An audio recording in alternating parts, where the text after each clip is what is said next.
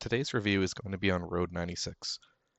This game originally released on August 16th, 2021 for Nintendo Switch and PC, and later released on PlayStation and Xbox on April 14th of 2022.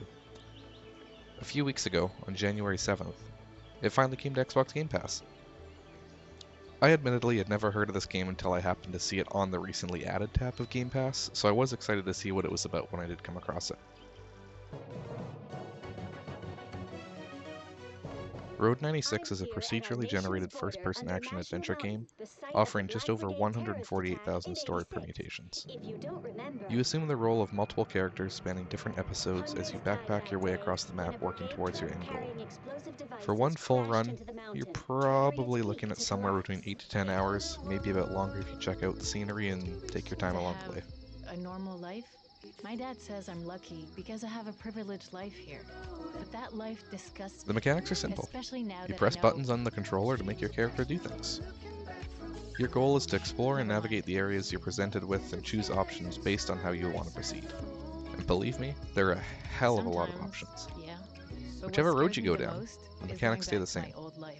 There are mini games that you'll come across that are a hell of a lot of fun too, and also add some relief to the otherwise tense moments that take place in. In the second area of the first episode, I just scraped together a couple bucks to afford a roof over my head at a trailer park when I was awoken by a fellow resident to play trombone hero on a cliff. Activision got nothing on trailer trash tromboners. I should be recording this. The controls, at least on console, are a bit clunky. Going back to the old school Assassin's Creed games where you hold right trigger to sprint didn't really feel too natural in a modern game. There are some minigames that could have used a little bit more finesses and fine-tuning as well, and it's nothing game-breaking though. The camera panning to select dialogue choices can also be a little bit of a nuisance, though it never did take me out of the immersion. Stop them! Now! Run! The game isn't overly difficult, though you do have to live with the consequences of your actions. In doing so, you're either going to make your adventure a little bit easier, or leave you scrambling in key moments that would have otherwise left you with more, potentially easier, choices in how you would proceed.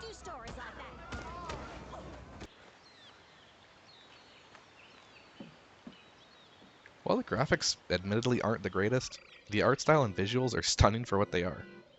The character designs for a few characters that I encountered did offer a bit of comedic relief from the otherwise darker storyline with how clumsy and silly they looked. Overall though, it did offer a nice balance which made the experience less emotionally draining than it could have been. I did encounter the odd camera stutter and audio delay, though they did rectify fairly quickly and brought the game back to its former self.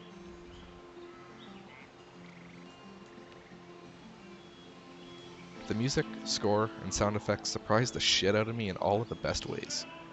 A soundtrack of classic 90s hits combined with beautifully haunting sound effects that you experience during your adventures all complement the loneliness and empty reality of your characters. Remember that waterfall you saw at the beginning of this video? I sat there for what seemed like forever just taking it all in. Absolutely fucking mesmerizing.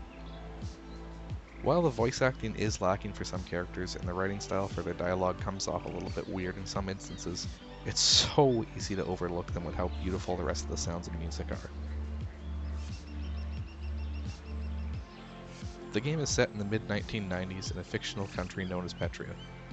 Petria is ruled by an authoritarian dictator known as Tyrak. Throughout multiple chapters, you'll play as different teenage hitchhikers traveling to the northern border to escape the country, each for their own reasons.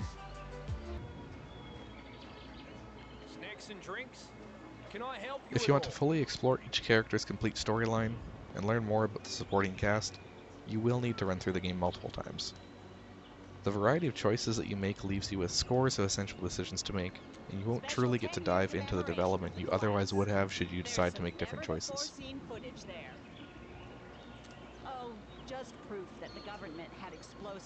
Like I said in the previous section, multiple playthroughs are required in order to learn all the backstories and arcs of the characters in Road 96.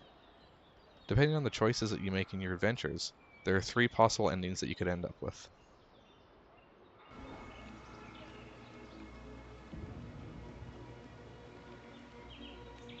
While I never knew about Road 96 a few years ago when it first launched, I'm so glad that I stumbled upon this title on Game Pass.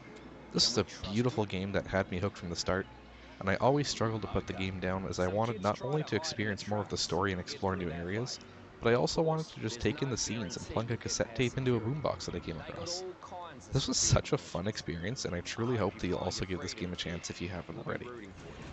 On one final note, there is one DLC for this game, known as Road 96 Mal Zero, that I intend on checking out in the near future.